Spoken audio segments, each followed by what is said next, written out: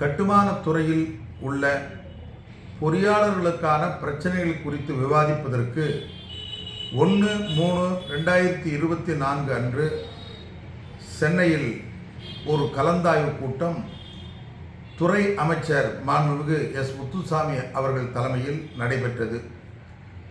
இந்த நிகழ்ச்சியில் வீட்டு வசதி மற்றும் நகர்ப்புற மேம்பாட்டுத்துறை செயலாளர், CMDA நிர்வாக இயக்குனர் உள்ளிட்ட பல்வேறு அலுவலர்கள் அதில் கலந்து கொண்டனர். இதில் கட்டுமானம் மற்றும் மனைத்தொழில் கூட்டமைப்பு, builder association of India, CREDAI, ஃபேசியட், பல்வேறு சிவில் இன்ஜினியர் அசோசியேஷன் போன்ற அமைப்புகளிலிருந்து சுமார் 50 பிரதிநிதிகள் இந்த நிகழ்ச்சியில் கலந்து கொண்டனர். ஏறத்தாழ 2 மணி நேரம் கலந்தாய்வு கூட்டம் நடைபெற்றது. இதில் கட்டுமானம் மற்றும் மனைத்தொழில் கூட்டமைப்பின் சார்பில் வழங்கப்பட்ட ஏறத்தாழ 34 கோரிக்கைகளை ஒவ்வொன்றாக விவாதத்திற்கு எடுத்துக்கொள்ளப்பட்டு அமைச்சரும் அதிகாரிகளும் அதில் தங்களுடைய கருத்துக்களை பதிவு செய்தனர்.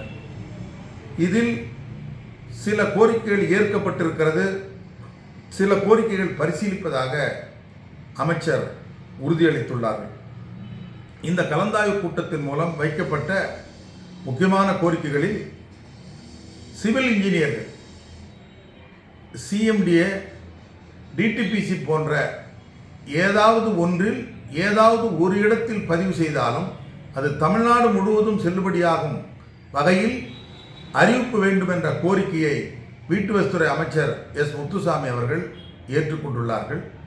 அதே போல பதிவு பெற்றவர்களுக்கு ஸ்மார்ட் கார்டு வழங்க வேண்டும் என்கிற கோரிக்கையையும் அவர்கள் ஏற்றுக்கொண்டிருக்கிறார்கள்.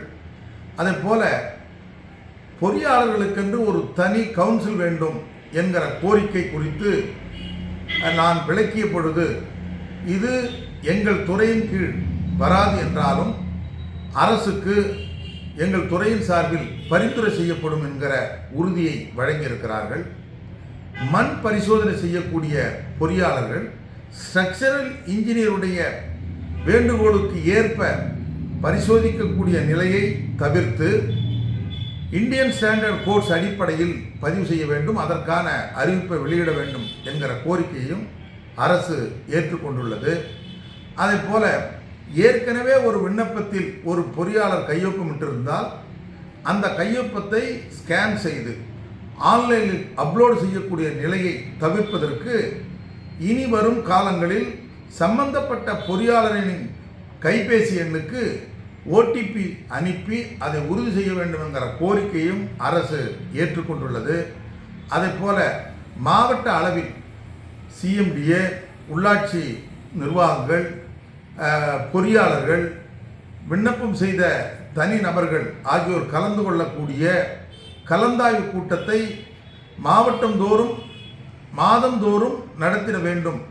அதன் மூலம் தேங்கி கிடக்கிற அனுமதிக்கான விண்ணப்பங்கள் விரைவில் பரிசீலிப்பதற்கு வாய்ப்பு ஏற்படும் என்கிற பொழுது உறுதியாக அதற்கான நடவடிக்கை எடுக்கப்படும் என்கிற அந்த உறுதியையும் அமைச்சர் வழங்கியிருக்கிறார்கள். இது நம் எடுத்த முயற்சிக்கு கிடைத்த மகத்தான வெற்றியாகும். பிற கோரிக்கைகளை பிற துறைகளோடு கலந்து பேசிவிட்டு அடுத்த ஒரு கூட்டத்தில் விரிவாக விவாதித்து முடிவெடுக்கலாம் என்கிற உறுதியையும் வழங்கியிருக்கிறார்கள்.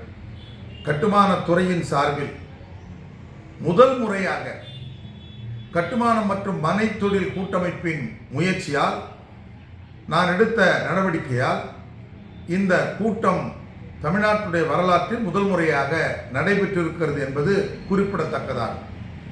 இதன் மூலம் பொறியாளருடைய பிரச்சனைகள் அரசுடைய கவனத்துக்கு சென்று அதில் சில தீர்வு காண்பதற்கு வழிவகை வந்திருக்கிறது.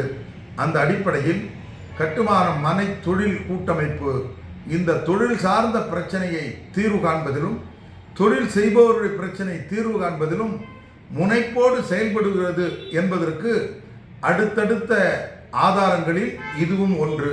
நன்றி, வணக்கம்.